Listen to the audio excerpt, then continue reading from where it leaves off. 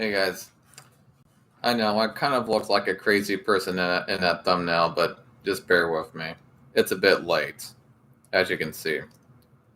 Now, I don't have very much time, but I did want to at least talk about one thing this week. Now, of course, I had to postpone my other two videos I was going to make this week. Oh well, what can I say? Shit happens. I've been trying to lose weight, and life has been getting in the way. But what I did of course, want to talk about was just in general the most important thing that I learned from just the whole experience in general. And this is something I learned a little while ago when I was really starting to get into, the whole love doll thing. And now, when I got into love dolls, it wasn't just, the dolls themselves, as some people would assume, you know. Every time they would look at me or somebody that has a love doll like myself, they think, oh, that person just has a fetish for love dolls and blah, blah, blah. Or just a doll fetish in general. Well, there's more to it than just a love dolls, like I just said. It's the thing that fascinated me the most about just love dolls in general, it was just the psychology surrounding them that actually fascinated me and why I got so into it in the past. And I've always just been very curious. Just like Einstein was very curious, about, what he was getting into and everything. Quantum physics, basically. It's not that Einstein was a very smart person. He was just a very curious person. He wanted to learn everything about quantum physics. And so that's what his goal was to become a quantum physicist. And that's what he did. And just like how, I grew very curious about, the people, obviously, that got into love dolls, and they would, carry these things around like they're their girlfriends and everything. And they would, have dinner with them and everything and so on. Just in a nutshell. So, and after seeing all this stuff, I grew very curious. It's like, okay, so why would somebody do this? Why would somebody get a love doll and do this and etc. You know what I mean? And that's what fascinated me the most about love dolls. It's just the psychology surrounding them. I don't really care what people say. They might say shit like, oh, I'm just too into love dolls. It's not the love dolls. I mean, don't get me wrong. The love dolls themselves I actually think are pretty cool. And that's the reason why I got a couple of them at one point. But that's not really it. The thing is, I just grew very curious of the psychology. And another thing I grew very curious of was just a simple fact of why do people think that they need these things in general? Why do people think? I mean, it's like, why do we need this stuff in general? You know what I mean? That's what I grew very curious about as well. And when people sometimes look at this stuff and they see these love dolls, they think, holy shit, there's something going on here. There's something wrong. You know what I mean? With these love dolls. Some people might think, oh, we're just trying to replace women and, oh, this and that's going to happen. And even though none of it has, they still think it's going to happen. And there's no evidence covering it. And they also think that we're going to rape people because, since we don't need a love doll's consent, now we're going to think that's, it's okay to rape now. So, well, of course, that never happens, and it's never gonna, especially because of that. But one day I kind of had a thought, and it's that, it's not that the love dolls are an issue. The real issue is actually with society, is what the actual issue is. Now, the love dolls are actually just a result of that issue.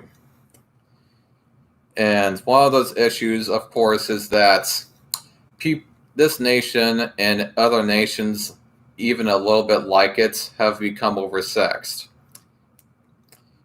And for some reason, even though sex has become more and more available there has been a lot more and more pressure toward it because of it, because of the less and less sex. So now people are becoming more and more pressured towards it. But at the same time, there have also been more and more relationship issues, more and more behavioral issues, etc.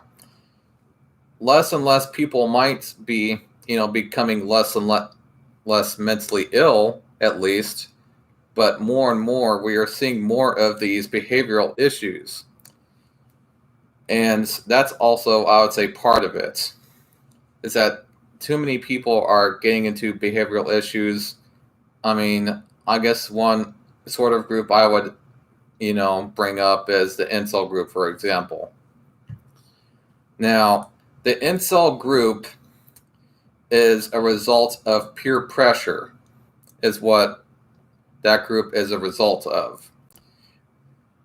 I mean, I've, of course, talked about them on this channel before, and how they seem to be so focused on sex all the time, like they just can't fucking live without it, or like they'll die without it or something when they turn it. It's almost like if they don't have sex by the time they turn 18 or something, like they'll fucking die or go to hell or something. I mean, it's just ridiculous. And one thing that incels need to learn is that if you want to have sex, you need to stop worrying about such ridiculous bullshit and peer pressure things. And 2, stop worrying so much about sex. Those are 2 really good things to, those are 2 things that you guys really need to learn, is to stop worrying about such ridiculous bullshit in the first place. Peer pressure is like an almost completely useless thing when it comes down to it. All peer pressure does most of the time is make your life harder. And that is actually something that I even learned through these love dolls, in fact, is that we don't have to deal with this bullshit anymore and just get right to the sex. We can just get right. We have the technology now where we can just skip the bullshit and just get right to the sex, or at least something of the equivalent, basically. Something that feels like sex. So it's not like you're technically having sex, you're technically masturbating, but I think you get the point. But and another thing, like,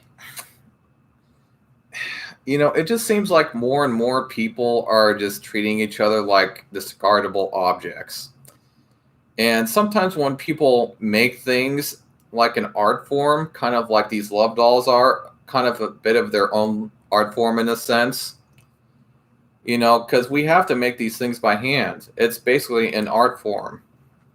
And what I think people in general are expressing from this when they're making these love dolls is that sometimes this is the way that they feel about themselves, or sometimes they might be expressing the way that they have been treated, like they're just a discardable object, or like a sex object, or an object in general. I mean,